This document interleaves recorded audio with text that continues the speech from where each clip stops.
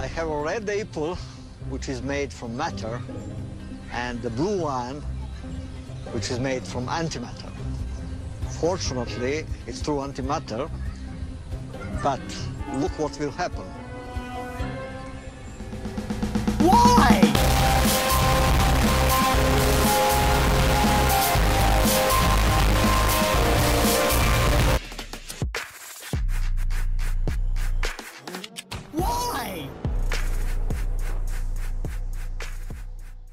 From the Depths just got the craziest update yet. So much has changed so quickly, things have been removed, repurposed, and replaced. I'm going to quickly go over most of the patch notes with you guys, so we can discuss it together in the comments. New matrix field generators have been added that stop the flow of time within a projected space. New phantom field generators now create a colorful phantom of your vehicle that floats slightly higher and behind the craft. The Phantom craft will attack twice as fast as the original, but the weapons of the original will no longer be active. After defeating the Scarlet Dawn in Nidar at Expert difficulty or higher, you will now trigger a new event where the Imperium of Nick, a new faction, invades Nidar. A new religion mechanic has been added into the campaign. You can create your own religion with idols and your faction that worships it. There will be a fate scale that goes from 0 to 100. You start out at 50, and dropping below 0 would trigger something called Endgame. This faith meter no longer would cause Endgame if you defeat White Flares and Lightning Hoods. For a more immersive experience, Screen Shake is now on by default. When a block is destroyed now, there will always be an explosion. Always. The larger the rate of blocks being destroyed, the larger the explosions. Rambot now functions as an MMD model. You can import your favorite MMD model to replace Rambot. Radioactive material resource now added for particle accelerator cannons and steam power. Warning, this material slowly deals damage over time to surrounding blocks that aren't lead. Fire has been introduced to the game as a physical product of battle, finally. Impacts from all weapon types now generate heat and sparks. All blocks now have a burning point and combustion point. Enclosed spaces can heat up extremely quickly. Engine steam and fuel now generate radiant heat. The hot air must be vented or else your craft can melt. Heat plating also can be placed on surfaces near thrusters to fend off the heat.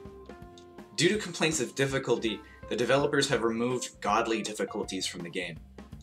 Expert will be the top position for difficulty now, but they've also introduced a new baby mode in front of easy.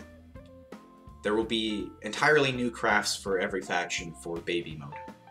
Water now deals a slight damage over time to everything it touches, just at all times. The Deepwater Guard have swapped locations with the White Flares. White Flares will now be the introductory faction to the campaign. You will now begin as a priest of the White Flares that has broken off.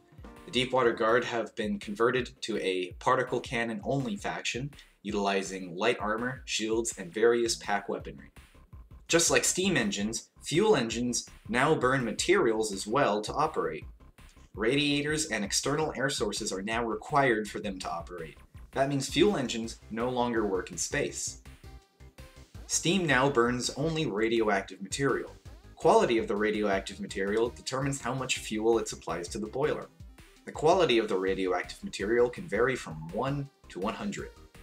That was a dog. It will be mined up and a random quality given.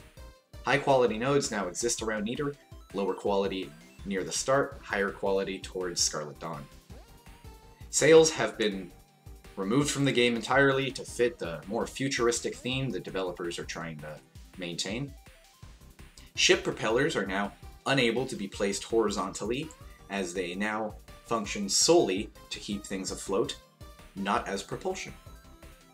Shields are buffed to also affect energy weapons.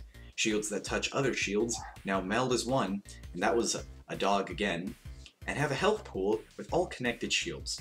The health pool is equal to the amount and size of shields. The shields generate that health as long as power is provided. When broken, they will be turned off until power has enough regeneration for them to return to full health, and will turn back on with 100% health once or 1 second after. The health pool is only for energy weaponry.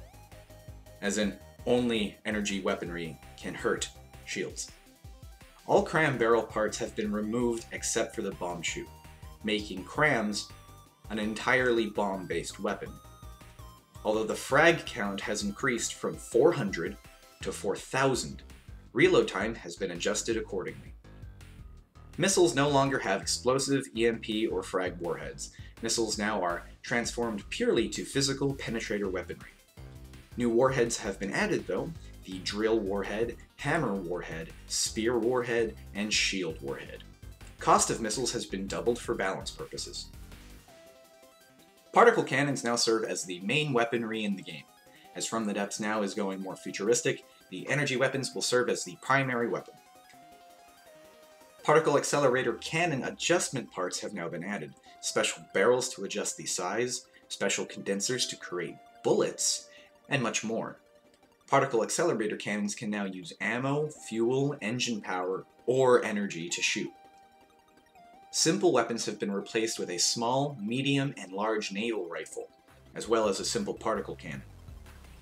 Mimics have been removed and replaced with 1-meter metal railings as intended for their original purpose. PIDs and Lua boxes have been completely removed from the game with the introduction of the new AI system, since these will no longer be needed. Everything has been converted to virtual breadboards. And that's about it. Now, I did leave some patch notes out because I didn't think they were super important, like metal and heavy armor being removed from the game. So let's just focus on talking about the things I mentioned. Do you like these new changes to From the Depths? What do you want to see in the future? Are the devs insane? Let me know in the comments below. Or join my Discord and yell at me there. Anyway, this has been Spud Cubs. Have a buoyant day.